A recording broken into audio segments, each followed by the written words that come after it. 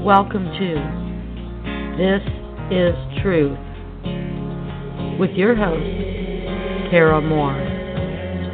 Sit back on this journey through a vast ocean of disinformation, misinformation, and outright falsehood.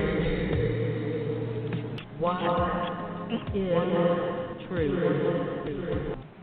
And hello, welcome to the show. This is your host, Kara Moore, and we are still talking about the cult of William Branham.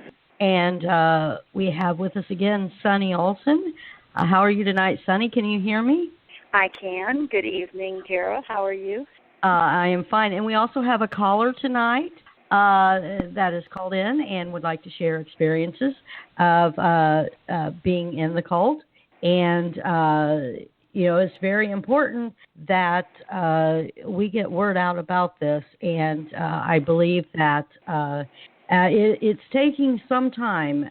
But how are you tonight, caller? How are you? Hello, Kara. I'm fine. Good, and I'll tell you what.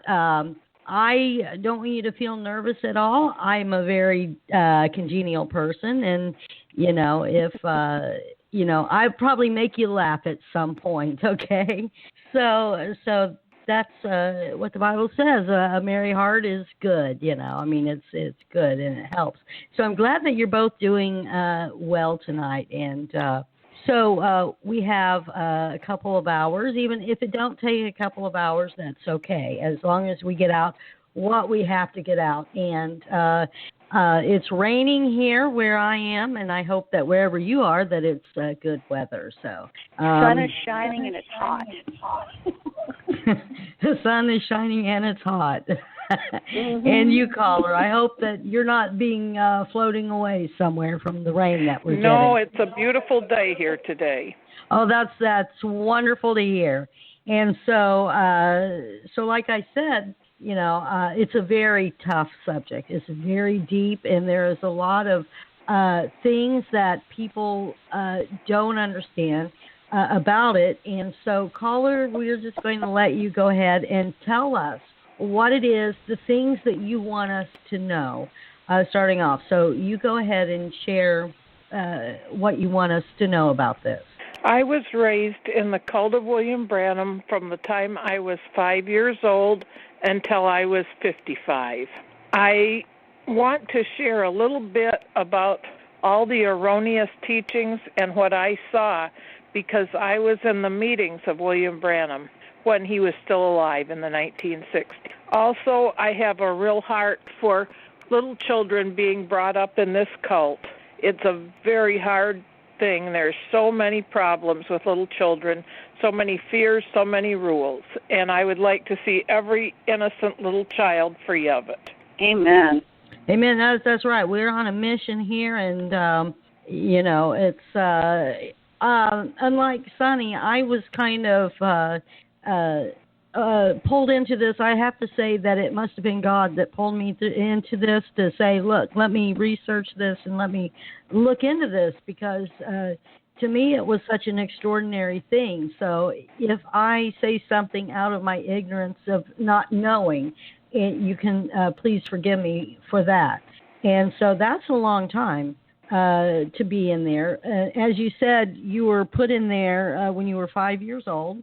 And I where did have you some live? questions. I'm sorry, me? No, I wanted to know where the caller lived when she was in William Branham's messages or services. Well, we lived in Jeffersonville, Indiana, part of the time, and part of the time in Tucson, Arizona, when he was also out there.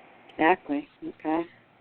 Okay, so like people like me who might not understand this, how important is Tucson to the message? Very. Yes, very important. That is like the second Jeffersonville.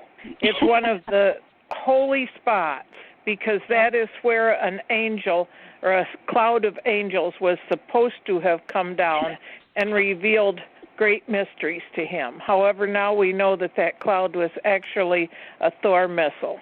Yes. Yeah, that's... But they have a big church out there still. They have many churches out there still. Mm-hmm. It seems in the message that it seems in the message that there are hundreds and hundreds of different churches, and most of them do not agree with the others in the message, and some are even so much so that they will not speak to people that live right across the street from them that go to another message church. They all believe that they are the only elite. Mm-hmm. True. So the church itself, even though it is centered on William Branham, it's splintered so that you really can't nail down exactly what the others actually promote. That's right. Each one has their own little agenda, depending on what the pastor believes, or some of them just listen to old tapes of him only. Mm-hmm. And the last time that's what VGR and Joseph approve of. Yeah, the last time that we had talked, I had asked about the importance of the tapes, and this is something that other people that I've spoken to have mentioned, that the tapes are what it is, you know. And that's still something I'm trying to wrap my head around. And so, caller, I have some questions for you. And please, as we get along in this, you know, I'll probably just make you laugh. And that's a good thing, right? So did your parents have another religious viewpoint or church identity before being involved with Branham? Yes, we were Baptist at first. And then they had a break with that and went to the Assembly of God. And from there they started following healing evangelists. We went out to A.A. Allen in Miracle Valley, and then from there came back to Michigan, where our family was originally from, and were recruited by some of the members of Leo Mercer's splinter cult called the Park, that eventually ended up in Prescott, Arizona in great disgrace. Oh, my. We went to Arizona and went to the Park for a while, but my dad saw that something was not right there. However, we just moved down to Tucson then and lived there. So yeah, William you Branham mentioned didn't have discernment about that, but your father did? Leo Mercer and Gene Goad. Now, for people who don't know, they were what William Branham called the tape boys. They were the ones who recorded the sermons live.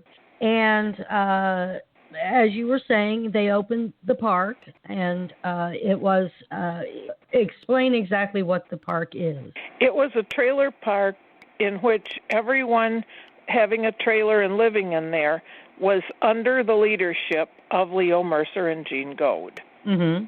He basically kept them isolated from every other person in the message.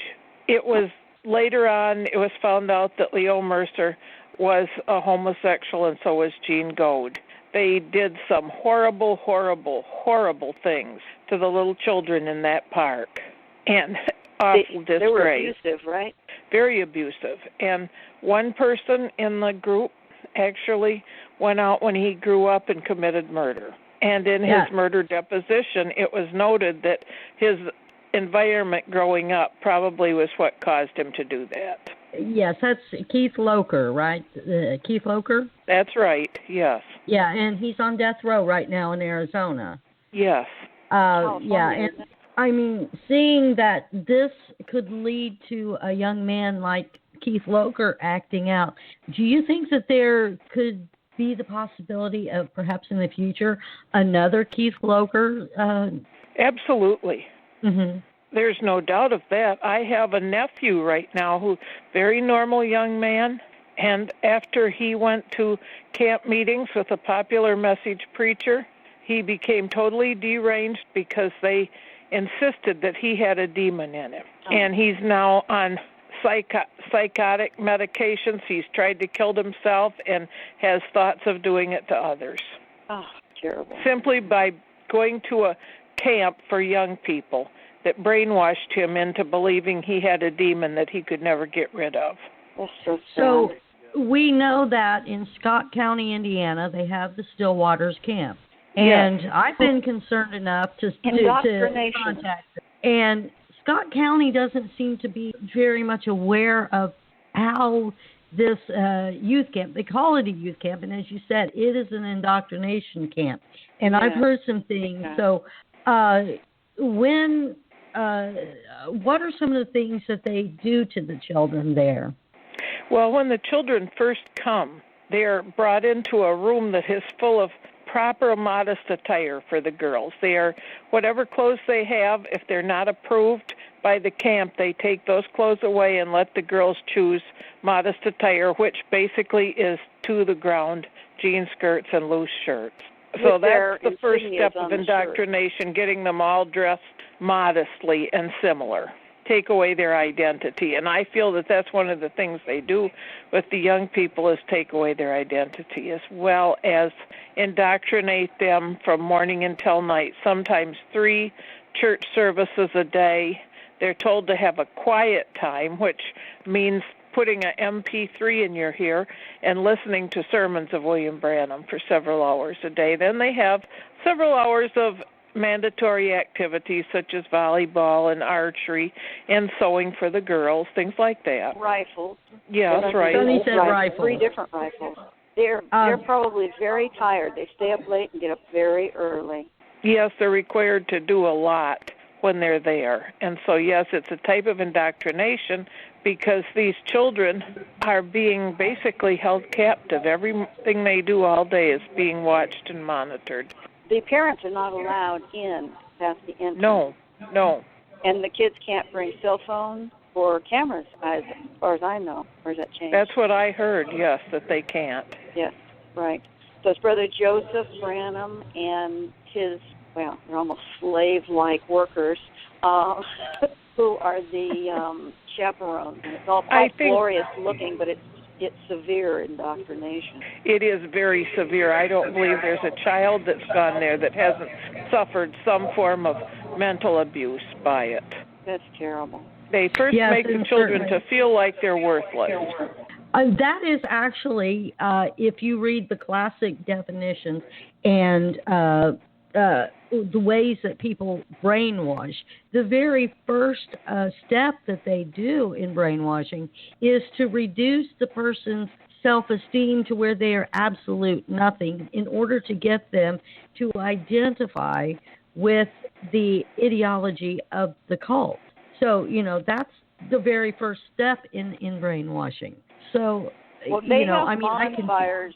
They have bonfires at night, Kara, and they have a campfire song leader who Joseph takes around the world to tell, third world nations, little villages. They take this bonfire song leader to advertise Stillwater's camp, even though these kids are never going to get there, but it's PR work. But anyway, the kids do group singing while staring into the fire. That is extremely hypnotic, and the hypnotic suggestions are programmed into their minds there so that they believe the Holy Spirit is swept in among them and doing all this stuff when it's just hypnosis and brainwashing and indoctrination. And they have no idea. You don't know that's happening to you. You can't tell that somebody is doing that. But by the time the kids get out of there, they consider Brother Joseph their prophet. Some of them think he's a god, and the parents are thrilled. So, caller, when you were growing up in this I'm going to call it organization because at the time there was no perception that it was a cult. And even though today, looking back, with 20/20 vision, and you say yes, it's a cult. So for the sake of respect for you, I'm going to call it this organization. But in this organization, how were you expected to be as a child? Like, what happened to you as a child in this? Well, for one thing, we were not allowed Christmas. William Branham taught strictly against that, and although he had a Christmas tree himself and gave gifts to his family, we children were not allowed that. My mother was very extreme. She would have little message shrines up at Christmas time and teach me different church doctrines such as the 7 church ages and the 7 seals and the stature of a perfect man. These were all of our supposed Christmas themes. Oh, mercy. At our house. So we were not allowed to. Go ahead. Every facet. I'm sorry, Kara. I'm wondering how she had to behave. I mean, because when I was at the tabernacle, the kids are so well behaved. Most of them so well behaved. It's almost Stepford wife time, you know. Well, the caller, how was it? If you weren't well behaved, you were pinched really well. Or taken outside and paddled, according to Billy Yes, Paul. that was, or even taken in the cry room and paddled terribly. Yeah, Billy Paul's boy. Yeah, good. Yeah, every family I knew all used extreme measures of abuse on their children to keep them in line. It was a common fact that if your child didn't do something that they should do, according to William Branham, you were to take out a barrel slat and paddle them until they couldn't put their clothes on from the pain. Well, he said that about your wife or your daughter, yeah. Yes. Now boys were a little more exempt from that, but women and girls were treated like lower-class citizens. That's awful. So there were people who literally enacted his statement, because, I mean, I've read that in his transcripts, and, you know, I've heard, like, when John Collins made videos talking about this. I mean, did people literally beat him with barrel slats? I don't know about barrel slats. Scraps of leather. I know I got it with the ruler, mm-hmm. which was pretty close to that.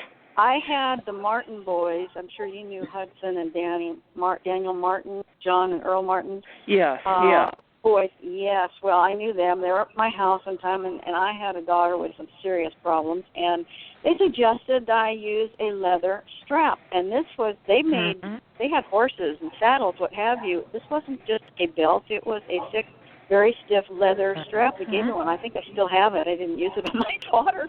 But they seemed to think appropriate and called for. But if William Branham said something, Kara, people in the message took that as the word of God. I mean, yes. I mean, no matter what he said.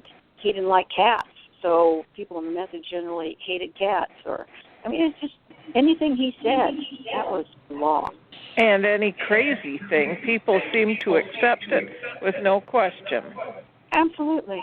Which shows the delusions of hypnosis and mind control. Yeah, most children are treated with a lot of corporal punishment. They were isolated from other children. Now, for myself, we were told Catholics were bad, so I was not even to speak to my cousins who were Catholic. Oh, brother. And now Joseph runs a home school. Excuse me? Brother Joseph runs a home school. Yes, they prefer now to homeschool. There's an echo. So, when you were little, and of course, you know, you have no idea. 5 years old, you don't know. You don't know why the sky is blue, and you know you don't know why the sun goes up and down. But there are things that I think that you have indicated that you had an awareness of something that was simply not right about William Branham and what was going on in the tabernacle. So can you share those things with us? Yes. Now, this is just simply my perception. I'm not going to say it's the way it happened because I do not fully know, but this is what I saw as a child. The young children used to have to sit along a seat on the altar rail in the front of the tabernacle because then the parents could keep an eye on them and the children didn't dare move or fuss with a whole church full of adults staring right at them. As a result, after 3 or 4 hours worth of services, you were pretty exhausted, and then would come the healing lines and the discernment. And I had some ideas that something was not right because I would pray and ask God, Lord, let me see the angel that he always says is here. Let me even see a pillar of fire. Let me see anything to show that you're really here. And as a sincere child, I believed when I prayed that God would do it. But nothing like that ever happened. And he would always request people to bow their heads and close their eyes before he began the discernments and prayer lines, because he said he did not want evil spirits that were being cast out of people to come and jump into those people who were being disrespectful by having their heads up and their eyes open. Then when everyone had done that, they would start the prayer line. And during this time, Billy Paul would be walking back and forth on the platform and to his dad, and there would be considerable behind-the-hand whispering going on. And I could hear that from sitting down there on the altar rail, that something was going on up there. And then I would peek out and look, and I actually saw him handing pieces of paper or cards or something like that to his dad prior to the start of the prayer line. And now they had what they called prayer cards, which I don't really understand why in the world they use these, except to gain information from the crowd. If you wanted to be prayed for, you had to be at the meeting hour to 2 hours early. At that time, Billy Paul would circulate in the crowd with these prayer cards, which they have a few copies of. You can see what they were. They had a place to write your name, your address, what was wrong with you. Some people would go into more details than others, and if you were a Christian or not. Now, these cards were then handed to you, and another one Billy Paul had. And then they had other people that would circulate through the crowd and talk to people about, why are you here? Are you expecting to be healed? And then they would give them information that was used on the discernment that was not from the people that came up with prayer cards. Anyway, the prayer card people would come up, and the first few people, he would always spend a long time telling them in detail everything he could that was apparently on the prayer cards about them. Which another point is, people were very, very strictly warned never to write anything wrong on that prayer card. They were only to write exactly what was wrong with them, because if they did, and he had all kinds of fabulous stories, most of which were found out later to be lies, of people that had written the wrong thing on the prayer card, and then they got that awful wrong disease, or died, or went crazy, or were paralyzed, or all kinds of horrible things. So obviously, if a person had written a wrong thing on the prayer card and then came up before him as a test, he would have told them what was written on the prayer card, because he knew. And then from there, it would have gone downhill fast, because they would have said, no, that's not what's wrong, that's what I wrote. So they were very much cautioned about what to write on the prayer cards. And he would start calling the people. After the fifth or sixth person, you could tell that his memory was not serving him too well anymore. And he would basically just pass the people through with a, do you believe, go and you're healed, and so forth, and not say much to them. Or maybe just give them their name or what was wrong with them, such as, do you believe your stomach problem has left you? Then go and be healed, and so forth. Now, I knew a man, Lee Vale. He wrote the 7 Church Age book for William Branham. He was the editor of it. And he was in his campaigns as a campaign manager for many years. And the statement he made to me and to the whole church, I have quite a few people that went to his church that can corroborate this is what he told us. He said, and all the times I was with William Branham in the campaigns, I only ever saw one miracle. And the miracle was that William Branham had the microphone cord wrapped around his legs one instant, and then a second later it was not wrapped around his legs anymore, and therefore it must have been a miracle that the angel or God came and unwrapped the microphone cord. Or he stepped out of it. And I'm sure that actually that is the problem faced by generally a lot of preachers, with that microphone cord. What about your mother? My mother came in, I believe she came into the message praying for a miracle. She had had polio as a child, and as a result, her left leg was shriveled and shorter than the other one, and she had problems walking. And she came in praying for healing. Anyway, we went in a prayer line, and William Branham told her, thus saith the Lord, you are healed. he did not tell her what was wrong with her or anything else. It was just, thus saith the Lord, you are healed. After he looked up at the ceiling like he was getting some kind of a vision to say it. And he says that and never so fails. my poor mother went and told everybody that she could that her leg was healed.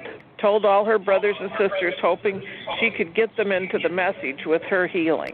And she took photographs of her leg all shriveled up for before, and then she was going to have after pictures. Sad to say, my mother passed away at age 72, and her leg was never healed, although she totally claimed that healing every day of her life. Do you have something turned on? I'm hearing a terrible echo. Do you two hear it? We hear no, it. I'm okay. I don't have anything on. Okay. No, I don't hear an echo. Boy, it's just me. No, I hear it too. Yes. Oh, okay. Let me ask you something, caller. Did you know Joseph Branham as a child? Yes, I did. When we lived in Tucson, their family was there. He was a little boy. We were both about 6 years old at the time, because I'm the same age that he is. Oh, yes.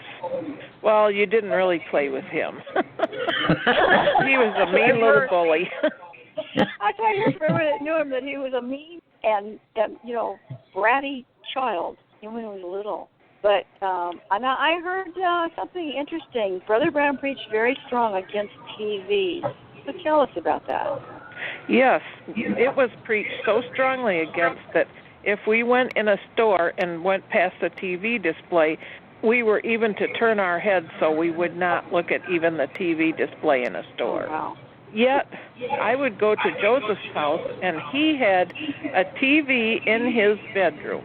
As a child? Which he could watch, yes, at 7, 8 years old. He could watch it uncensored anytime he wanted. Amazing. And I remember watching Westerns with him in his room. My. So, and to this day, nobody admits that. Well, I was there, I admit it. And it was always well known that the Branhams had TVs. And yet they cover that up. I was good friends with George Smith, and I asked him about TV and Brother Branham watching it, and he never hinted at such a thing. No, he wouldn't have admitted it because it was, the whole thing was the Branhams had a different standard than the other people in the message did. I think that's kind of true for most of the leaders in the message, isn't it? Yes, it is. Which that brings up another point, as you say, because it's like that in other organizations like that. Now that you say that point, I wanted to know, because it just it seems extraordinary to me that his own family never ever corrected him in anything, so the people that were working with him, he had brothers and he had a sister, and was there never any time that his family ever just said anything about him being wrong? If there was, I never heard it. No. Of course, he was always he was believed to be a prophet, of course, from the time he was born. According to him. And now I believe that it was said that way so that when and if William Branham died, that Joseph would be a prophet and carry on the family business. Yeah. Which there's no other thing to call it but that. However, the way it has ruined lives, their children live with so much fear because of the awful things they're taught in the message. They're basically afraid of everything. I know that when I was a young girl and I would come home or wake up from a nap or something and my folks were outside or I didn't see them and everything, the first thing I would do would go into be an awful panic because I believed the rapture had happened and they were taken. And I've talked to numerous people since that left, and the ones that were in it as children all have said the same thing. Our parents would tell us stories about awful things that happened to people that quit believing the message. And it made you afraid to leave, and I'm sure that's still what's happening today, is that these young people are being held in the message by fear and brainwashing. There was a time... They're never quite good enough, are they? Excuse me? They're never quite good enough. No, never. Nobody ever is. Yet on the other hand, we are taught that if there's only going to be one person make the rapture, you got to believe it's going to be you. So inside of you, you never felt good enough, but on the outside, you went around with a proud attitude. I'm the only one. The arrogant Pharisees had that same thing. It was very proud and arrogant and self-centered to say, well, if there's only two people there, it's going to be me and my son or whatever. And they do the message all the time. Oh, yeah. Joseph Branham says that right on tape. Well, if there's only going to be one there, it's going to be me. And then he grins into the camera. Of course, he doesn't think anybody else is good enough to be with him anyway. Which obviously, knowing his views on women and knowing his views on little girls, when it came to little girls, would there be this extra sense of foreboding? Like, are you, as a little girl in the message and growing up into becoming a teenager, was there this sense that I'm a female and nothing I can do could ever be right? Yes, absolutely. I remember as a 9 or 10-year-old girl wishing that I had been born a boy simply because of the way that I was treated as a girl. I got a daughter who said that boys got to do everything fun and girls couldn't do anything.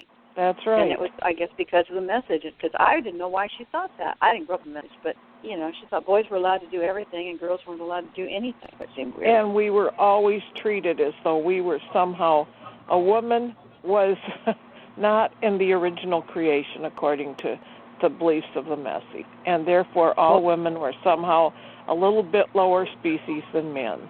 She made it because of her husband. That's what I got out of what he was saying. That's right. That's the only way you probably made it in. It was your husband or possibly your father if you weren't married. And all of this was lies. I mean, he made all these terrible rules and laws, and it was all just a scam, He was making money off of it, and they still do make money off it. George Smith told me, I don't know how many times, it's all about money, control, and power. He kept saying that until I pleaded with him to quit saying it. But isn't it true? Yes, it is. When Joseph Branham was a teen, he went through a very, very wild and rebellious phase for a few years.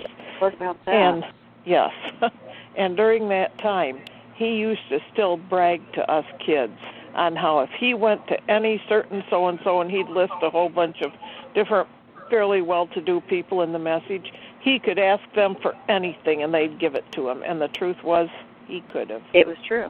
That's what George said, that people gave him whatever he wanted. Nobody ever said no to Joseph Branham. Even if it was a hardship for them to do that, they did. So he plays the part of being, he's not even good at playing it, but he tries to act humble and caring and all of that, and, good act, but doesn't do it as well as Billy Paul, I don't think. Go ahead. I know that we have compared before. I know William Branham had some kind of, I don't know what to call it, jealousy or something about Billy Graham that he had going on. And, when you think about and compare, Franklin Graham, who was also in his teens, very rebellious and did a lot of things that I guess Billy Graham would have been embarrassed about. But Franklin Graham was never put in that position where he's going to be the next in charge or whatever. And so nobody compared. People look at Franklin Graham and they say, well, this is a guy who turned his life around for the good, even though he was Billy Graham's son. And comparing him with Joseph, there is no comparison. No, there is not. None. I never thought of comparing the two. You're right. It's a different world, different way of looking at God. And with the Branhams, it's all this false, spiritual stuff, and they're being prophets in the Bible. But nonetheless, they think they're prophets. Especially, I had people at the Tabernacle tell me that Brother Joseph was their prophet because they couldn't relate to Brother Branham. They didn't remember him. So Brother Joseph was their prophet. And I'm going, what did he ever prophesy? I kept asking people, what has Brother Joseph prophesied about? What has he said? I never heard one thing. Well, the only people I knew, Sam Borders and his wife were having a baby, and so they bought, I can't remember what it was, pink or blue stuff for the room because Brother Joseph said he saw, whether it was pink or whatever.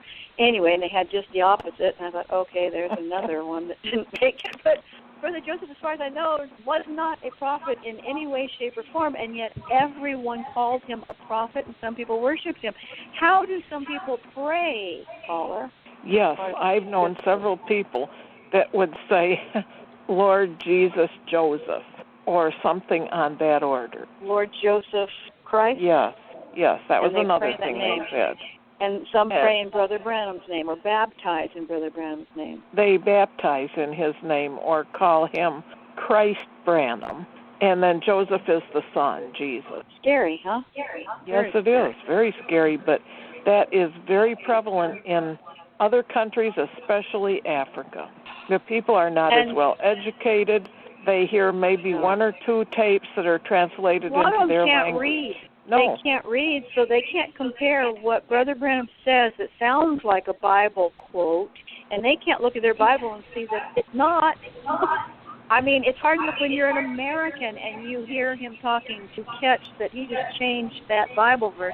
But if you're in a country and you don't read at all, and somebody is telling you, that he was never wrong, that he did all these miracles, it's very, very damaging and deceitful, and they're selling souls, in my opinion. But well, I just recently got a newsletter from Ed Biscoe's church in Cloverdale, Canada. Aren't you special? Which, interesting, it was to note that several years ago he was on record as being the wealthiest minister in all of Canada. Wow. Are you kidding me? And this newsletter I just received had a big blurb in it about how their church, the Cloverdale Bible Way, had translated the King James Version for the Chinese people into such a version that went along with the message. Oh, if you can believe that. And now they had all these testimonials from the Chinese people saying, oh, now that I read this new King James Version they call it the Cloverdale King James Version. And it's for the Chinese people. And these poor people say, oh, now we can finally understand the message. That's such blasphemy. That is so awful. That was just shocking to me when I saw that. So I'm sure that... I'm sorry, go ahead. Well, Joseph on tape, you can see it on YouTube where George is translating. Jorge Smith is translating for Jose Branham. But there's Joseph on many of these things saying, I never said that I was preachers or ministers, I am all for ministers. I am one, and I don't say that you can only listen to tape. He gets up and he says, never said that, whatever. He denies on tape saying things that we all know he believes and demands. He only wants churches to play tapes, period. That is the truth. But he gets up there and pretends that he doesn't believe that.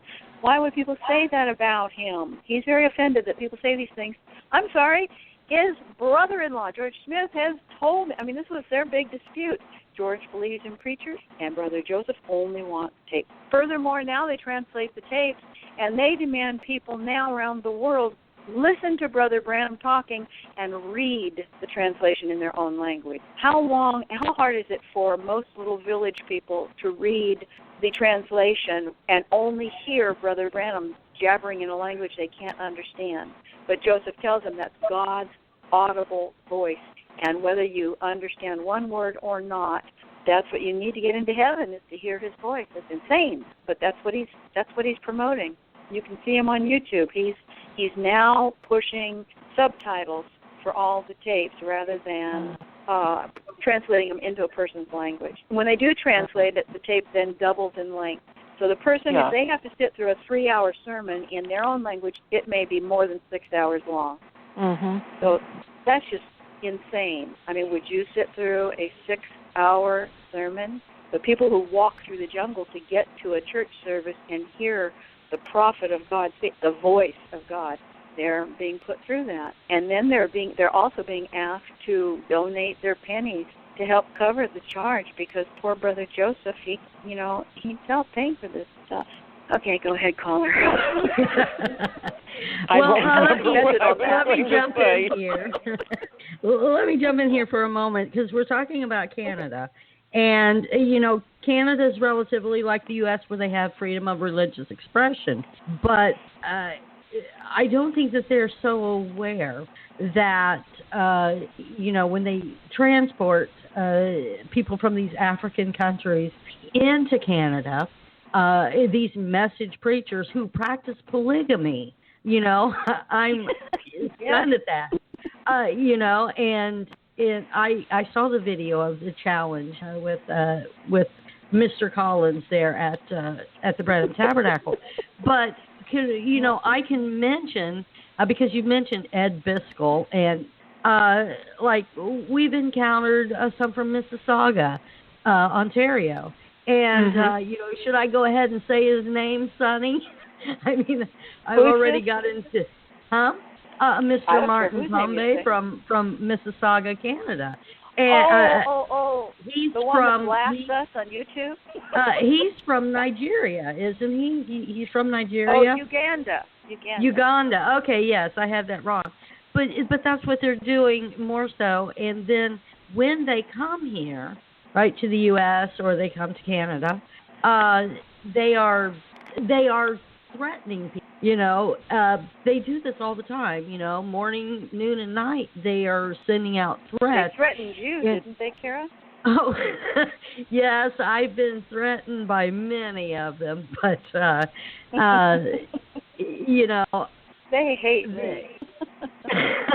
Yeah, and especially women that are not in the message, right? They don't want on YouTube. They don't want women making comments. I mean, they just blast you into hell. You're as demonic as they can. They can't think of words bad enough to describe me on YouTube comments because I'm a woman. It's like, wow, I never knew that just being a woman and talking was so sinful. But if you're in the message, yes. I mean, yes, you definitely never state any opinion. Women were not allowed to vote, and it was preferred if they didn't drive cars. But at this point, it's just not possible. Women get voting. Yeah, they voted in the wrong president. And did Meta Branham drive? No, she did not. She never had a driver's license. Why not? Well, supposedly because it was better if women didn't drive. He claimed that the majority of all accidents that happened were caused by women. Exactly. Okay, now that is something there that is so intriguing about this, because we know his first wife was Amelia Hope, right? And yes. Even I'm sure Sonny was shocked at this when he actually lied about her death. And this was one of the it was one of the supporting doctrines to make himself look like somebody, He lied about his own wife's death. And he sure did. So then Meta, to make himself sound good. And then Meta, of course, who was much younger, and it's my understanding that Meta did not go to the tabernacle very often. No, she didn't. So his own family I know he said was that not on tape. actively. I'm sorry. Well, I heard him say on tape that he says, Meta's going to be sorry she missed this one. And I thought, what do you mean she's sorry? She lived across the street, or, really close by, I guess a couple miles up. So I couldn't understand why in the world she wasn't there. Of course, after he died, she called it Colin's Corner. Yeah. It's just amazing that Meta Branham didn't go. But when I look at him now, and I see the fact compared to his crying and emotional and so loving story of his life, he did lie about how his wife died. And her final words were just praising him to high heaven, to the nurse, who had many names and what have you, but nonetheless, yes, he was making himself sound wonderful, like the best husband on earth when he was probably one of the worst, to, as his wife is dying. And she didn't die that way or then, but what kind of man lies about his wife's last words? My father had that, but my father had serious dementia, and the love of his life was dying, and he remembers her saying she'd meet him. And I was there, and I thought, okay, she never came out of her coma. She didn't talk, but my dad remembers her smiling and talking to him, which is totally different from Brother Branham. Brother Branham made up a whole story to make himself sound like the greatest husband ever, and it was all a lie. Every story I ever heard him make up was to aggrandize himself. Exactly. I mean, his honeymoon with Nita. He, according to him, he could have gotten her and the boy killed, and it was just so he could go hunting. And then the whole story was about him lost. Yeah, I mean, it was all about him. It wasn't about Nita. It wasn't about his son. It was about him. All the stories are about him. Bill is the star of every story he tells. When he tells the story of Abraham or John the Baptist or Elijah, who does it sound like? It sounds like Bill. We all sit there going, wow, that sounds just like him. Sorry, go ahead. And most women in the Bible, if he ever did mention them, it was to mention their faults and how bad they were. Oh, absolutely. God For wanted to kill instance, Sarah, he said that, according to him, Sarah, who laughed in the tent at Jesus when he came, or at the angels, he claimed that she could have died for that. Well, that's what he said, and I've asked him, where is that verse that says God wanted to kill Sarah? Yeah, when I read it there. out of the Message, God sounds so loving. He even told Abraham to listen to his wife and obey her. Yeah, but you don't find Brother that. Branham ignores that. No. I'll tell you another thing to do with bringing fear into children. He preached a message called Testimony by the Sea, and this message was preached specifically to children. Really? And he brought them all up to the front to sit around like he was going to tell them a story. And the first thing he started telling was about how Moses, his birth, and how they had to hide him because the evil hook-nosed midwives were going to come in and kill him, and how they were made to kill all the babies. And the Bible does not say that at all. In the Bible, the midwives protected. They were righteous women in the Bible. Yes, yes. But all these stories just make a child so fearful that for them to leave. I've known several women that were in it from the day they were born and now leaving. They have constant problems with fears of all sorts that were put on them by their parents and by their church growing up. So it's a very, very damaging cult for children. Well, and I would like to see every child out. The message gave me fear. I did not have fear until I was recognizing all the problems with it and starting to question in my mind, but you're afraid to even question in your mind because you're taught how bad that is. So that was probably one of the darkest periods of my life, was right before I came out of it. Once I was out, it's like the sun shined brighter. The air was wonderful. Everything was wonderful once I got out. But when you're thinking about coming out, it's terrifying, right? Yes, it is. I had a heart attack 6 years ago. And that was what actually was the catalyst for me leaving.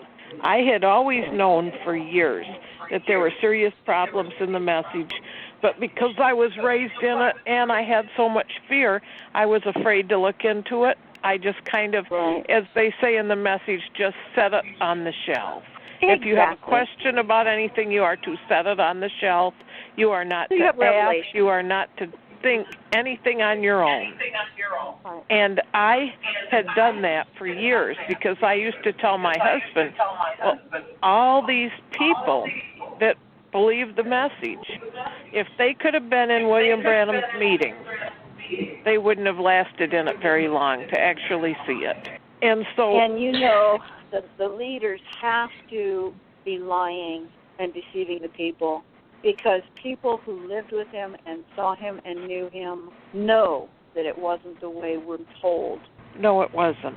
These few people that are still alive and were in the meetings, they know it's not at all the way it was being told. Can I ask you a question? Yes. We're all told that at the end of the 7 church ages, miraculously, he told the people, if you want to see something, turn around and look right there. And on this blank part of the wall at the back of the church, like a slideshow, the 7 church ages just the way he had drawn them on the board on the stage, were flashing in light on the back wall, like the moon, the eclipse of the moon. Just exactly like that. It went on, and that lasted for quite some time. What really happened? Well, I was not there, but we heard it repeatedly from people that were there. And the consensus of the majority was it looked like car headlights shining through the window as the car turned the corner there. The tabernacle was on a corner. It did not last very long at all. It was just a couple of round orbs of light on the back wall. And there were several rather hysterical people in the church that just started screaming. They would have screamed for anything anyway. Absolutely. I mean, after sitting through a long, and you know what? When you find it on the tape, it is not at the end of the church age series, because I hunted for that. It was 2 tapes later, and it was, I found with William Branham, he would tell the story over and over and over again, like Brother Wade dying, and he'd tell this dramatic story, and every time he told it, it got longer and more dramatic. Like with Brother Wade, it was, you people are trained better than that. You people are trained better than that. And he tells the story, it got better and better each time, each tape. But when you went hunting for it, it was different. I thought, wait a minute, that did not happen on the tape the way he's telling it now. And the church age thing, the same thing. It was 2 tapes later that they saw the light on the back wall. It wasn't even at the end of the 7 church age series. But he always told it as though it happened that at the very end of him preaching the 7 church ages, there it was. And Brother Wade, when he got dropped dead, and Brother Collins tells that story over and over. And I sat there, I don't know how many times I heard Brother Collins tell the story of Brother Wade dying. And when you hear it on tape, it's like, wait a minute, I'm not hearing the story they tell. Brother Branham was at the microphone, so it's on the tape. And you do hear his wife scream once, but what was it like in the tabernacle when Brother Wade died? Were you there? Yes, I was. It was the summer. There was no air conditioning. It was a small building with a low ceiling. It was so packed with people. People were standing along the walls. There were hardly even aisles to get through because after everyone would get seated, they'd set up folding chairs in the aisles for people. And so it was just packed with people on a hot summer night. And at the end, after sitting several hours, everyone got up to sing or to pray, or I don't remember just what. But when they all stood up, then his wife started screaming. And my belief is, from the way events came around, that he probably was overheated, possibly high blood pressure. When he stood up, he just passed out from the heat and standing. And William Branham went down there to him. And he wasn't there but a minute or so and got everyone moved away from him. And then he prayed, I just a very short prayer, and he got back up off the floor, and that was that. And the next day, I work in medical, and you can't declare somebody dead that quickly. If you're in a cancer clinic like I was, you cannot declare somebody dead that fast. You can't always tell. I had to do vital signs on many patients, and sometimes I had to have the doctor come in and say, you know what, I can't find her pulse. Well, this woman walked into the office. She's sitting on the end of the examining table. I'm talking with her, but I cannot find a pulse. So cannot mean that even RN looks at her husband drop on the floor and knows he's dead. No. It would just be remarkable. It's just not. It's not possible. And when you hear him tell the story, what's more interesting is he claims he was laid out stiff. Well, I have yet to know of a body that stiffens within 1 minute. No, it doesn't happen. It does not happen. That just didn't happen. And the other stories he's told. More people die in the Branham Tabernacle than any other church I've ever heard of. Oh, it happens pretty regularly there. But they're always brought back to life. So if I may interrupt, I mean, this is actually it's very good because you are explaining these things that people who and he were not in the Branham Tabernacle, and people who heard him on the radio and because they won't know, if you're listening on the radio, you're not going to know what's going on. But one of the things that really just concerned me a lot of how people act in the church I had heard William Branham say, and now I'm going to ask you about how law and order was maintained in the Branham Tabernacle, because I heard this John Collins obviously does a wonderful job, Seek Ye the Truth Apologetics. He does a wonderful job at showing some of the more absurd things and statements that William Branham did. I mean, he's very good at mining for those diamonds. And what I heard in one of his sermons from Seek Ye the Truth is that he was talking about bringing law and order into how the church should function. And he said that it was a federal offense, that they would put you in jail as a federal offense for disagreeing from the deacons. I mean, was it the deacons? Right. Yeah. According to him, the deacons were not what we consider them to be, to help the poor and so forth, to be advocates for people in the congregation. No. According to him, the deacons were the police of the church. Yeah. Yeah, and yes, it was a federal offense, according to William Branham, if you didn't listen to the deacons. So how did they maintain this? Well, the entire services, they had deacons standing at the doors, watching everyone and every move they made. Yes, but the tape series on church and order, that is Joseph's top priority. Of course, he says the Holy Ghost has that as top priority.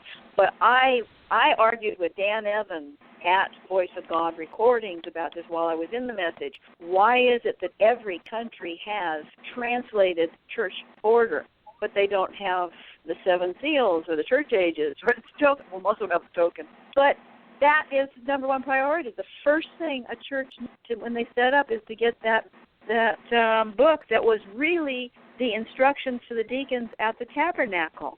It wasn't a church service. It was in the back room. It was a meeting with the deacons and the pastors and all that.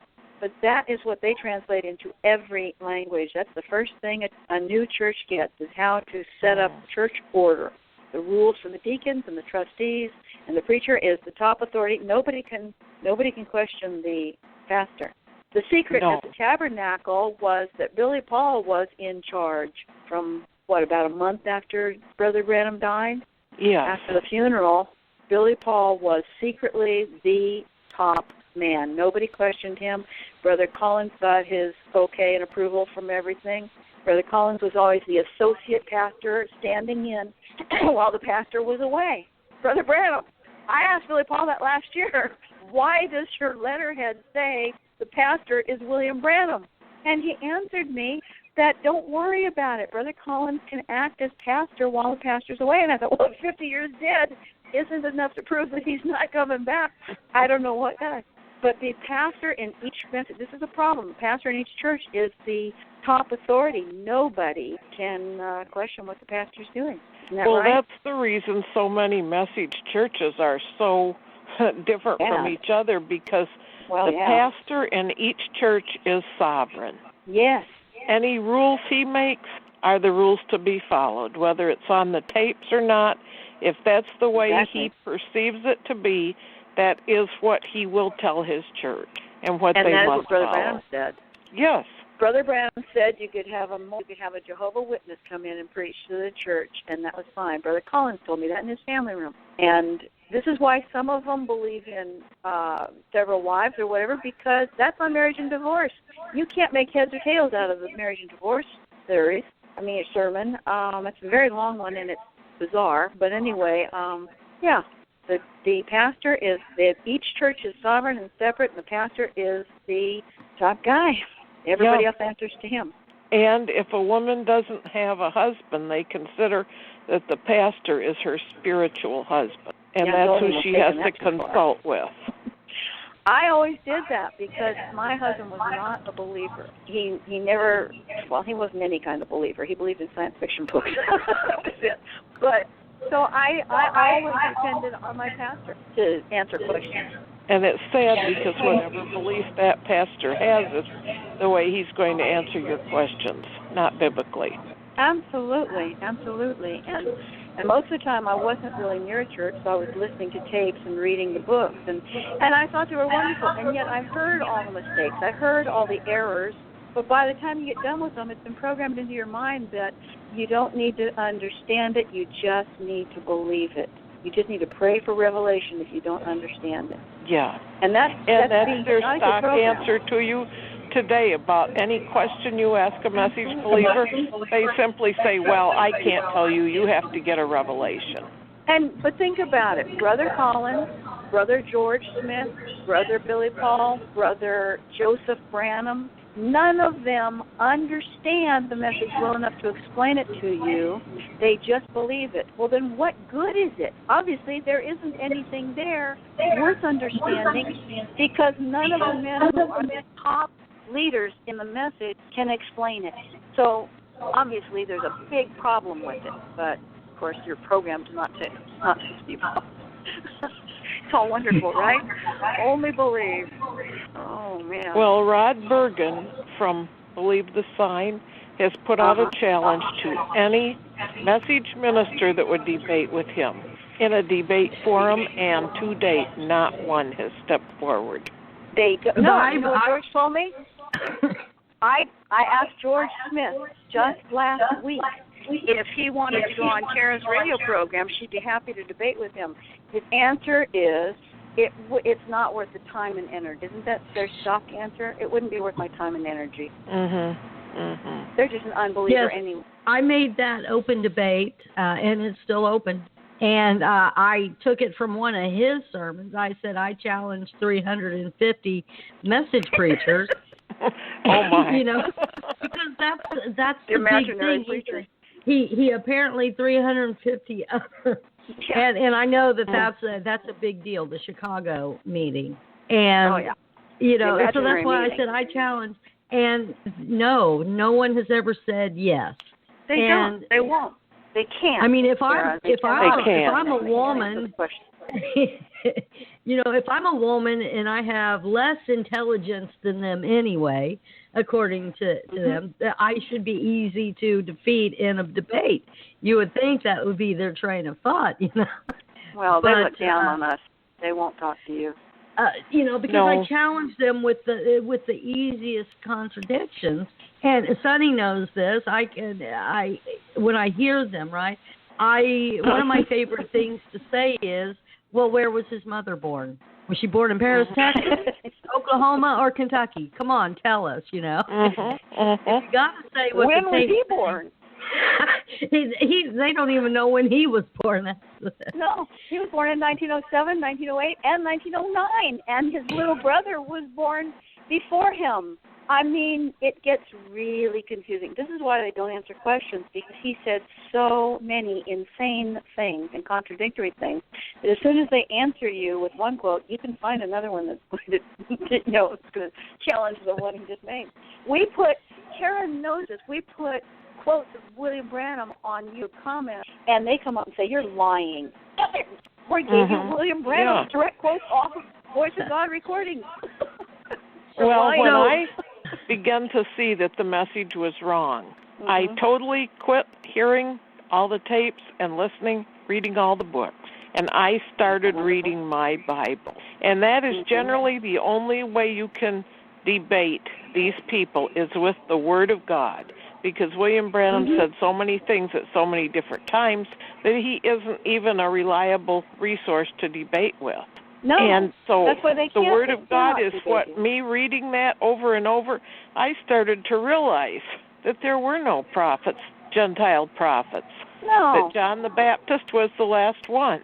Exactly. That in Malachi, and the law and the prophets were until John. Yes, and after Jesus that, Hebrews 1:1. And people will not listen to it. There's a woman who her husband's still in the message. She's come out. I'm not going to mention her name because she's scared to death of them. But her husband just told her, she told him some things William Branham said, and her husband said, well, I would take William Branham over Jesus. Oh, yes, I've heard that too. It's unbelievable. He said, read between the lines 70 times you can go on Voice of God and look for that. Read between the lines 70 times, he said that. And, you know, he said he had prophets could add to the Bible. They had the right to, and of course he made himself a prophet. So he can read between the lines now in spite of all the curses. I just answered somebody yesterday who said anyone that would criticize a pastor, what kind of spirit is on that person? And I said, well, first look at Jeremiah. I mean, the Bible criticized pastors like the ones in the Message. Mm-hmm. And I just have no respect for any of them anymore. I mean, I have held out hope that some of them were just deceived and really loved the Lord, but I am thoroughly convinced at this point that they are making such good money. They have such a good lifestyle if they're the top man. I mean, if you're the top man in anything, you're living pretty well. You've got the control, the power, the fame, the money. And Message pastors, no matter what size their church is, in their little world, they are top dog, and no one can question. Some of them have been most abusive. of them are extremely wealthy, too, living off from the money of the poor people in their church, while they will not even extend their hands to help people in that church. Have you ever seen the inside of Donnie Reagan or George Smith's home? I have, but it's $1 million homes. Let's just say that. And these are humble missionary-type people, right? Yes. So far, all the pastors that I've ever, and back when I was young, a lot of them had other business, so I thought it was just industrious, hardworking men who happened to be pastors and weren't taking a salary from their churches, like Brother Branham said he didn't. But now I know them, and I just was appalled when I saw Jordan's home on Google. He's at 181 Chippewa or whatever it is way in Tennessee, and I looked at that and I was shocked because this is a humble little missionary to South American countries, and he goes and he'll sleep in a hammock at somebody's place, and there's this mansion on 30-plus acres on a hilltop in Tennessee, and I'm going, are you kidding me? And the car is lined up out front. But he always, he lives so humbly and so cheap when he's traveling. Do these missionaries when they're traveling, do they stay in the pastor's home and rough it when they're out traveling? I don't know of any that do, and from reports that I've heard back and pictures I've seen, they stay in 5-star hotels and eat in 5-star restaurants. The very best in the region. Who's paying for it? The poor people or the people from their church. They don't pay for anything. That's sad.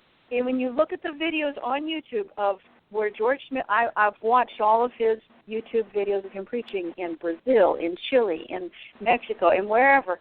And you see these poor, tiny little churches and these people struggling to survive, walking through jungles and what have you to get to these long services.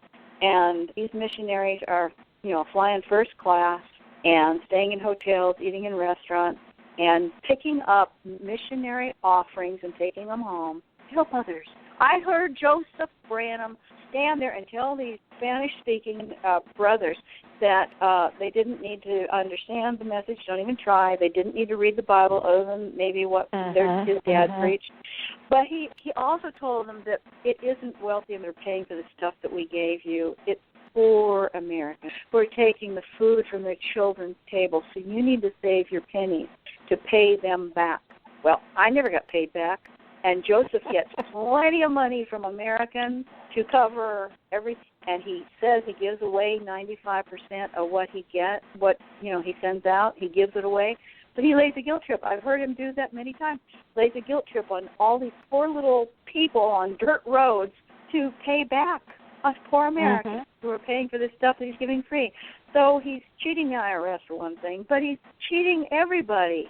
And he's living like a king with his own private resort at Stillwater's camp. Try Googling that. Look at the massive building he's doing there. And every home on Mary Morton Lane is owned by Voice of God Recordings, and one of his family or his top men are living in those homes. He owns all the homes on Mary Morton Lane. So they have that, and he's got a private cabin on the lake, and there's another house that's built new on the lake. All those homes have either built, remodeled, he bought it. So Joseph has got his own private resort because that camp is only used a few weeks out of each summer. It hadn't even been used for the last 2 or 3, but it's used a few weeks out of summer for, hand-picked kids to come and get indoctrinated. The rest of the time, he doesn't let any other messages rent it or use it. It's just there for his family to use, for their water skiing, swimming, fishing, whatever. Probably sunbathing. I don't know.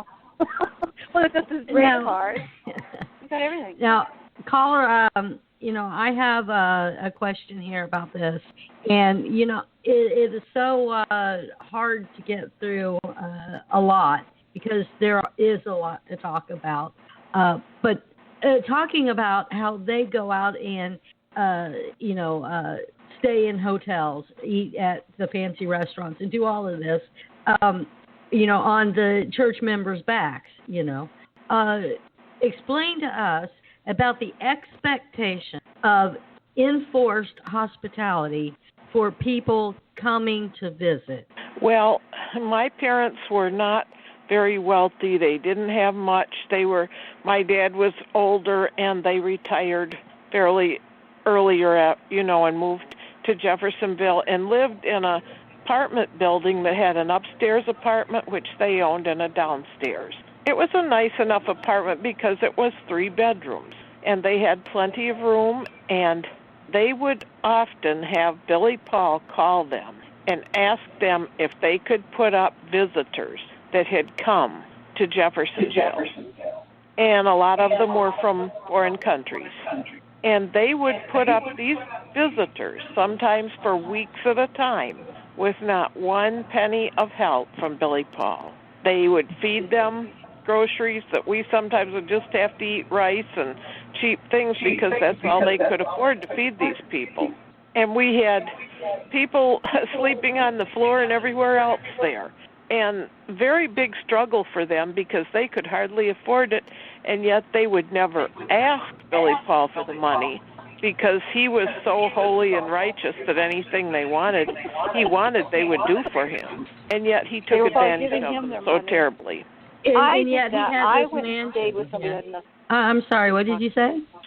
When I first came into the message, when I first hooked up with the Flagstaff Tabernacle and Floyd Patterson was the pastor, they would have big meetings from time to time, and that's when I would drive from Palm Springs, California to Flagstaff with me and my 2 little girls. And he would find a place for us to stay. The preachers who came in were staying at hotels, and the church was paying for it. But I came in, and I thought, wow, this is so different from any other church, right? Well, he found a place for me to stay. He found a sister who lived in a tiny trailer. She was cleaning houses for a living, and she had 3 kids. And so me and my 2 kids squeezed in with her and her 3 kids into this small trailer. And there was somebody in the church who would slip her, like $20 whatever for food money because they knew that we were staying with her. So I didn't think too much of it because she was really nice and we had a great time. But see, I didn't have a husband in the message and I didn't have money. So I didn't get a hotel room. When that sister remarried and left, they put me in with another sister who was nearly retarded, who cleaned houses for a living and had nothing and was in a trailer. Uh-huh. So, this was kind of, and my daughter had an emergency during one of these big meetings. You've got Billy Paul, the Martins, all these people were up on the platform at a high school auditorium. My daughter was holding a nickel to give as an offering, and the chair flipped, and she swallowed the nickel, and it lodged in her throat. And my first thought was to rush her up the stage because, of course, we all know that miracles happen in these meetings, right? Brother Floyd Patterson's wife, Nancy, met me out. The deacons had me go out in the hallway. We left the meeting, and she drove me to the hospital. And I stayed in the hospital all night, and I couldn't understand. It was my first time there. I didn't understand why, in an auditorium full of miracle-working, miracle-believing people, no one prayed for my daughter. They rushed me off to a hospital. It was unbelievable. But now. So you've been a troublemaker for a long time, Sonny. I've always been a troublemaker. I am. I'm a problem child. A caller. You were there at the time William Branham died. And, a lot of people who read this today, like they read it on Wikipedia or the other websites about his death, when he died, there was controversy surrounding even the accident itself. So what can you share about that? And how did people react at this time? Well, when we heard about the accident, it was just not too long before Christmas. And, of course, then we gathered in people's homes with all the other believers we knew, and we prayed for him. And we prayed and believed that he was going to be healed. And so when he died on Christmas Eve, that came as an awful shock to all the believers. But I don't know one person that didn't honestly believe he was going to be raised from the dead. His body was taken to Jeffersonville and put in cold storage until the spring, and although they said it was because his wife was so badly hurt that she couldn't have come to the funeral at that time, I do know that the consensus among a lot of people, including Perry Green, said it was because everyone believed he was going to rise. And at Easter, when they had his funeral, they still believed he was going to rise from the dead. And in fact, there are a lot of people that still believe he's going to. He's being pressed under that heavy paperweight that's on top of him. Tell me, what was the accident? How did the accident happen? Because I've heard many stories on that. Well, I've only heard stories too, so I wasn't there, and I don't really know. We were told it was a drunk driver that crossed the center line. That's been questions. They have not been able to get the accident reports because they've already been destroyed, being years ago. So I really don't know the real truth of it. And that seems to be a problem when it comes to Voice of God recordings and whatever. They lose documents all the time. He gets them up and brags about. Oh, I've heard that there was misplacements going on. Yeah. But tens of thousands of documents. Now, this is one of the things that I've said to people who talk about. He did all these things. And I say, okay, where are the documents? Mm-hmm. I mean, he said they were in his possession. Where are they? Can you have one piece? You can see them. I have never seen one. And another thing I should tell you is that everybody that I personally knew that was ever called out in one of William Branham's meetings, as in the discernment, was never healed. They were simply called out and told they had a certain problem. Caller, that's what I found amazing. Like James Phillips loves to brag about how his family, Brother Branham had never been there. They'd never been to one of his meetings, and yet he called them out 7 right in a row, blah, blah, blah. It wasn't until later when I'm thinking about it, I thought, wait a minute, did any of them get healed? He called out their names, who they were, right in a row. It was just so amazing. Well, but nothing happened. It's like you're that was the way it was. I knew a poor woman that had terrible hearing problems, and she finally died in her 90s, and at the time she died, she could not hear at all. You wrote on a paper and gave it to her, and then she would answer you in kind of the garbled speech that she still had from being deaf. But she wouldn't go to get a hearing aid or anything else because she was going to be healed. She was called out. And that's what makes it dangerous. I know people, too, who won't admit they're sick, who will not seek help, maybe, or they're afraid to they'll put off all kinds of things because it would mean they were an unbeliever. Yes, that's a sad fact that so many people, like my mother, needlessly died of cancer because she would not go and get checked. Isn't that awful? And many, many, many people in the message, especially the older ones. Now, the younger ones, I think, were not being brought up under so much healing that's not really seen. Lee Vale himself did not really believe in praying for the sick and healing. Because he thought that was just for vindication of William Branham's ministry only. And yet he didn't see any miracles in his. Yeah. Isn't that amazing? This is what kills me. I mean, they're selling souls.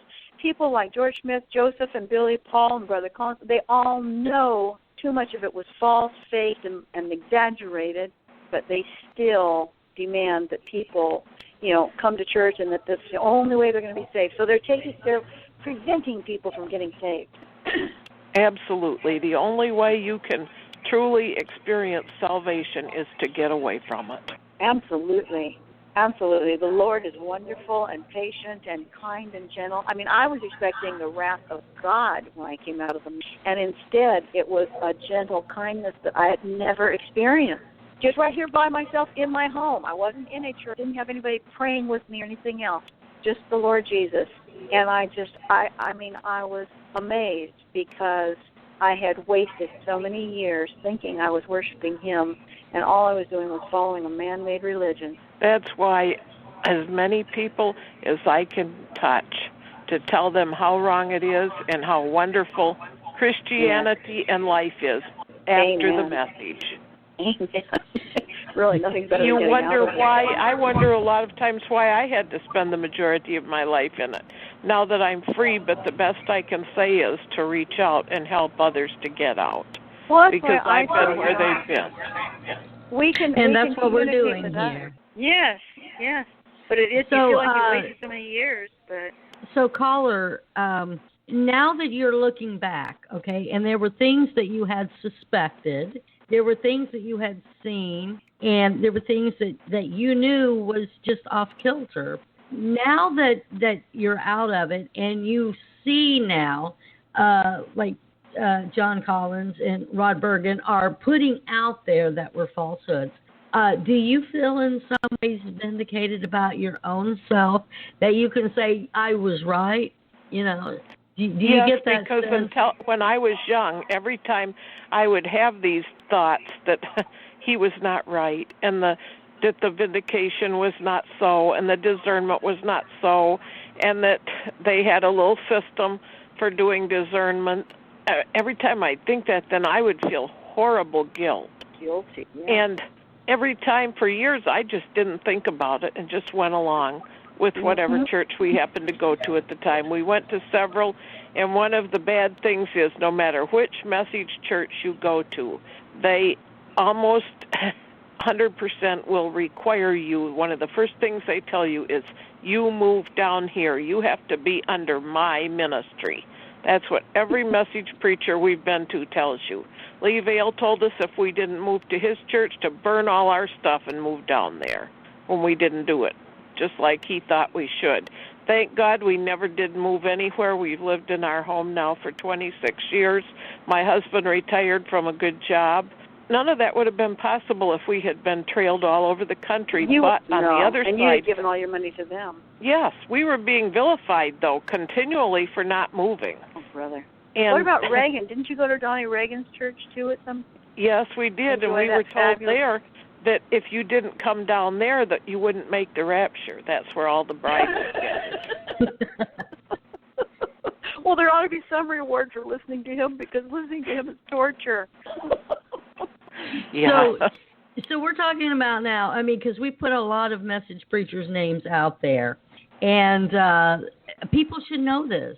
You know, people should know in their towns who's who, and, you know, the names. And so I'm informed by Sonny that the big guy now, the most popular, the hottest thing going now, is Wayne Lawson. The Fivefold Ministry. Did you ever hear him, caller? No, I never did. He started getting hot about the time we left. Well, and he's I've seen that I thought he was fabulous. I've seen he's a better evangelist to different churches, but I never did hear him. Oh, he can preach, and he's like doing the moonwalk across the platform, you know. And when I heard him, I thought he was unbelievable. He was so good. He was saying stuff that we just couldn't. And even George's boy, he can go through and find stuff and put it together like nobody. But you know what's interesting? These guys that tell me that I just don't understand the message. George Smith, in front of me at Pigeon Forge, told Wayne Lawson that Sonny could preach it better than he did. So I understood the message. I knew the message, but all of a sudden I was listening to Wayne, and all of a sudden it scared me. I even told George that. I said, you know, he scares me. He was making Brother Branham God. Mm-hmm. He was making him Revelation 10:1, Revelation 10:1, and Revelation 10:7. And I mean, he was just he's become a one-man Bible. But there was Wayne Lawson he made the cloud image. He says that was the face of Jesus looking down on the bride, the head looking down on the body. I mean, he's preaching all this, and then when you find out that cloud is stupid, I mean, it's not real, and it's like, wow. But Wayne Lawson believes it at the moment. Now, he may eventually realize it's not real, but these people say their life has changed, so it must be real. Your life changes if you fall in love. Your life can change because you give up smoking. There's a lot of things that will change. My life changed too, Ellen. But I tell you when what, you come under the control of a mind control cult like the message is, your life changes, that's for sure. You may think it's for the better, but it's not. Yes, because your hair grows out and you're dressing decently and you're not going to movies anymore and you're not interacting with real people anymore. You're socializing only with the Stepford wives in the cult. Yeah. I mean, your life does change, and you think you're living a wholly decent life. People say you weren't able to live the message. That's why you left. I go, oh, please. My husband hated it, and I was living it perfect. My husband hated it. My in-laws hated it. My parents hated it. But I was dressing well. I wasn't upset about it. I was just doing it because I wanted to. I didn't even have a church local. I was doing it because I had self-indoctrinated myself with those tapes. Yeah. But, you think your life is so much better because you're living holy and you're better than everybody else. You don't say that. You don't think that. You just look around and know the rest of them are cannon fodder or something. I mean, don't have a chance. Yeah. They can't hear that this is God's prophet. I hear it. I know he is. And now I listen to how in the world did I believe all that stuff? Because he contradicts himself. He changes his stories. His stories evolve and morph.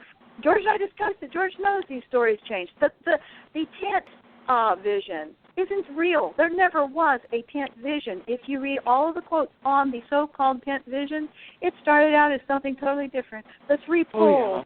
There's nonsense. None of that ever existed to begin with, but over time it changes until the last tape he talks about something. Then all of a sudden, well, remember when I had this vision? So George has a compendium, and if you look at them, guess what? They changed it all. So in the beginning, was the message like it is today? No. I really have seen in the last maybe 15 years or so that things have changed drastically, even from when William Branham was alive. People like me that were in it way back then, now it's almost unrecognizable. I know it. I know. And then people tell us that we just don't understand it. And do you think that had, I mean, because I've heard you before, Sonny, talk about the 1977 issue. And, you know. 1977, so I don't know why we're still talking about it. It's over. And so, I mean, there was the general prevailing belief that everything was going to end in 1977. Yeah. Sell your farm. No, he told you not to sell your farm. Just keep planting your potatoes, right? Caller, didn't he say that? Keep planting your potatoes. But, and in 1970, it seems to me, now maybe I'm wrong, but it seems to me in like Slice, the Tabernacle area and all that, in 1976, they started saying, you know what? I think he meant what? They started kind of changing it. They had to start changing it. But, another sad byproduct of that 1977 was that was the time when I was a teenager and growing up. And I could not begin to tell you how many young couples got married way too young and way too soon, and even that didn't love each other, simply because they wanted to be married before the rapture. And a lot of those are divorced now, aren't they, even though they don't believe in divorce? Oh, yes, a lot of them are. I'd say about 75% probably. Isn't that awful? We also were not encouraged to get any education whatsoever. No. I did very well in school, but my senior year I had to fight every day to keep going because my parents, or my mother basically, thought that I didn't need an education. I got a chance to get a scholarship. He's running the home. Yeah, well, I got a chance to get a scholarship, and I was not allowed to go to college. Sad. And that's still going on with the young people. Well, and in the Jeffersonville area, there are, I don't know how many that are under, Joseph's now taken over all the homeschoolers. He gives them some facilities, what have you, and he controls what they learn. So they brag about it online. You can look at their stupid website. It looks beautiful and polished, and these kids are learning crafts. They're in school, and they're learning how to glue cotton onto a blue piece of paper for that imaginary cloud. They've got Bill Branham's pictures all around the walls. They're in homeschool, and what are they learning? They're learning quotes of the message. Yes, even as young as little preschoolers are in that now. Yeah, they're being brainwashed, indoctrinated into mind control. They're not learning anything worthwhile. And the women are learning how to cook and sew, and I learned all that. I don't mind learning how to cook and sew, but I can read and write too. Yes. Oh, and I know something about history. They're not learning anything, and Joseph Brown's so proud of it. And Brother Joseph. And that's the sad part too, because as these young people get older, they're not going to be able to function well in the world and take care of themselves. Well, have you seen the documentary about the Mormons who came out of the cult? I mean, they were just totally unprepared for the real world. Yes. Well, that's the way a lot of Branhamites are that leave. Yeah. They don't really know what it's like because they're so isolated. They are. Information is being withheld because it helps the mind control. Dan Evans bragged to me about how wonderful his kids are and how much wonderful stuff Brother Joseph has done for his kids because they're so well behaved. They're not out doing all the rotten things that other kids are doing. And I know his kids. They're delightful, beautiful, charming children. But it's like having a couple of dolls. You know, they behave, they look good and all that. They're so in a bubble of cult making, you know. What Joseph Branham wants, that's what they do. Joseph Branham likes to brag about how wonderful people are. Whatever he asks for, they'll do it. And yes, they do. They treat him like he's God, and anything he wants, they will do. And not only him, but there's other churches around the country that have their message homeschools for their children. So that's basically becoming more and more accepted all the time. But this is really kind of to bring up the new tithe payers, isn't it? Because you marry these people off to each other, they have babies, and you take charge of all of them.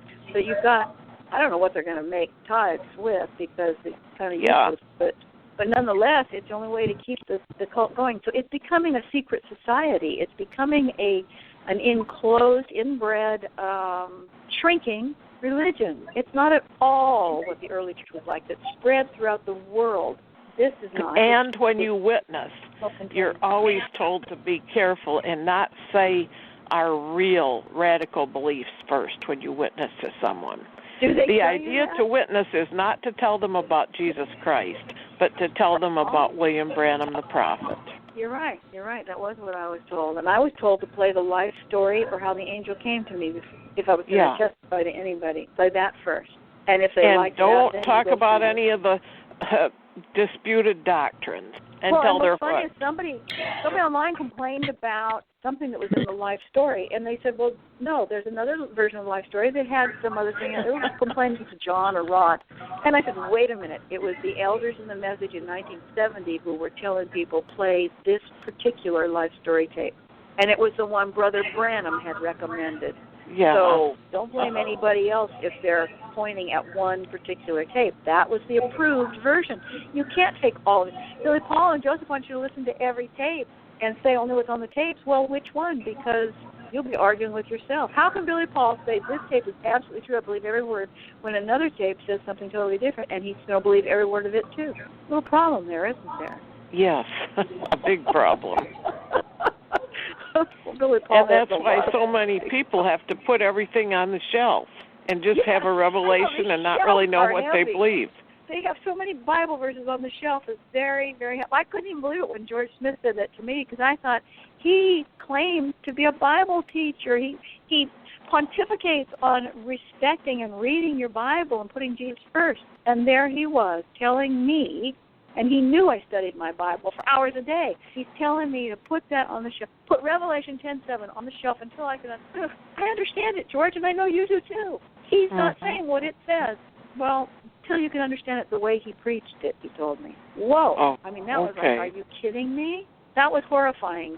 And to have somebody I trusted, he was my pastor at that time, and he was my best friend, the only person I trusted anymore, and there he is telling me to try and wait until I could understand Revelation 10:7 the way Brother Branham read it, when it was wrong. Oh, it's just very disturbing when you've gotten down to the last person on earth you think you can trust, and you find out, whoa, wait a minute. How do you put an illiterate, Indiana man ahead of God and the Bible? And when he's basing everything supposedly on the Bible, so if the Bible's no good, then he isn't here because his foundation was supposedly the Bible. I mean, it's just this catch-22. It's crazy. Yeah. Can I jump in here for a second? Okay, I want to go back to when you were talking about the 1977 events and that so many young people were getting married. Did you say that at least 75% of them are divorced now. That I know of, yes, that did at that time. That is well over the national average for the general population, and yet so that seems like a shocking number to me, because in a church that preached no divorce, except if you cut your hair you could get divorced, if you did all these silly little things you could get divorced, but hearing that's a staggering number there. Well, they're marrying each other, and they're not prepared, and they're living in a bubble world. So I guess that has a lot to do with it. Yeah, some of them had to get married. Yeah, it's sad. Even the ones that don't, they still are separated, and there's a lot of strife. There are a lot of separated people. I was not one of these that decided to rush and get married. Well, that's a good thing. Because, if you grew up in it, John has said that you don't even know who you are. Well, that's what Stephen Hassan said. When you're in a cult, you form a cult personality, and if you were raised in one, you're not sure who the real you is. So these kids don't even know who they are. Look at Dan Evans' kids. They're the perfect plastic children, sweet and polite and well-behaved as anyone would ask of a child. But they might marry somebody who is the same way, and then if you get away from the church a little bit and on your own, you find out that you're not the same people that your parents molded you to be by tapes. Yeah. It's got to be very difficult.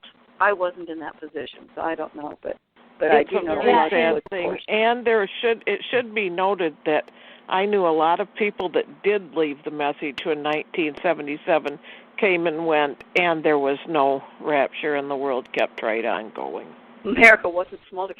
Well, they say it wasn't true, predicted it, but he saw 1977 in vision, and by his inspiration and prediction, that was, according to his other preach, never failed. Never failed. So they can argue all they want now. Oh, yes, and Floyd Patterson, Billy Paul, John and Earl Martin, all these guys who were really important at that time in the message, they were preaching it. They were believing it, supposedly. They had to be able to Lee Vale had his own lovely explanation for it. Oh, what was it? That in 1977, Jesus' presence came back on earth, Christ's presence. And so, therefore, his presence is here now. We don't know exactly where it is. But that used to really puzzle me, Well, he could be floating around over here. He could be there. So, therefore, that was the coming of God when his presence came back. So that's what happened in 1977. You know what, caller? This just astounded me. I asked Brother Colin, standing in his family room, who was the angel? Who was the pillar of fire? Because this is the whole ministry. I mean, this is from the beginning, supposedly. This is the biggest thing in that ministry is this pillar of fire that supposedly was always there. And the angel talked to him. And George, Brother Colin, people who were with Brother Branham and from the very beginning, they can't answer that question definitively because he changes it. On one tape, it was Jesus. On another tape, it's just an angel. It was an angel that didn't look anything like the Jesus he saw. In other places, it's God himself. It's just, he doesn't settle on one doctrine and stick with it, so they don't dare answer those questions. But how could you follow a ministry where they can't even answer that question? Did you ever hear anybody tell you exactly for sure who that was? Now they're no. I heard lots of, like you said, I heard lots of different opinions. Brother Collins likes to say, I don't understand it, but I believe. Well, yes, that was the common. And George likes to say, just pray for revelation. Those two were the scripted answers to give to any question anyone asked. So what good were those pastors to us? Did Donnie Reagan know? No, he was. All of them that I know are basically rules makers. They made all kinds of rules for the people to follow, and that they were going to hell if they did not follow all those rules. Well, you were going to go to hell and stand the message, but it changed. You know what amazed me? In the tabernacle, and I don't know if you experienced this, but they play tapes now, at every service. And so you're in there, and everybody rushes to the altar when he does an altar call. I was amazed because I thought, wait a minute, people have been in the message their entire life. Some of them were second and third generation. Yeah. And when there was an altar call, they rushed to the altar to get saved. And they did it I've every been in time. churches where they had a yearly rebaptismal where practically everyone in the church got rebaptized. Why? I asked for the cause. Do I need to be baptized? Why are they getting baptized more than once? I watched Tim Gary get baptized. I don't know. A few times it seemed like. Finally, his wife got baptized too, and I thought, these people grew up in the message. They're part of the Branham family, extended family, and there they were getting baptized again. And if there was an altar call, I didn't. And then they look at you like, what's wrong with you? Why aren't you at the altar? And why are they rushing to the altar? I thought, well, that's what I never understood either. But you saw that, right? Oh, yes. I was in meetings where I was the lone holdout, and the preacher would be preaching at me because I wasn't coming up to the altar when everyone else practically in the whole church was up there. And you're wondering what's wrong with these people, that they didn't make things right with God before they ever came into church. I mean, they know better. This isn't like, I've been listening to tapes since 1970. I pray and read my Bible every single day. I don't need to repent and confess during the tape. But his altar calls were so long. He loved to say that he was an altar call, and yet he went on and on and on and on until if you didn't go up there, you felt bad for him, if nothing else. But it sounded like you are a lost cause if you're not going to go up there, get on your knees, have somebody pray for you. And Brother Collins didn't like that. But the Joseph group, they love to rush up to the altar and pray for each other. But it was just amazed to me. I thought, these are people who grew up in the message, and all these years later, they need to rush to the altar, and they'd be sobbing. Some of them were really crying. Others are looking around and things. But I mean, it was a phenomenon I couldn't understand. I have to tell you now, we are down to 6 minutes, and. This was a very enjoyable conversation. I do thank you. I thank you both for calling in. Thank you.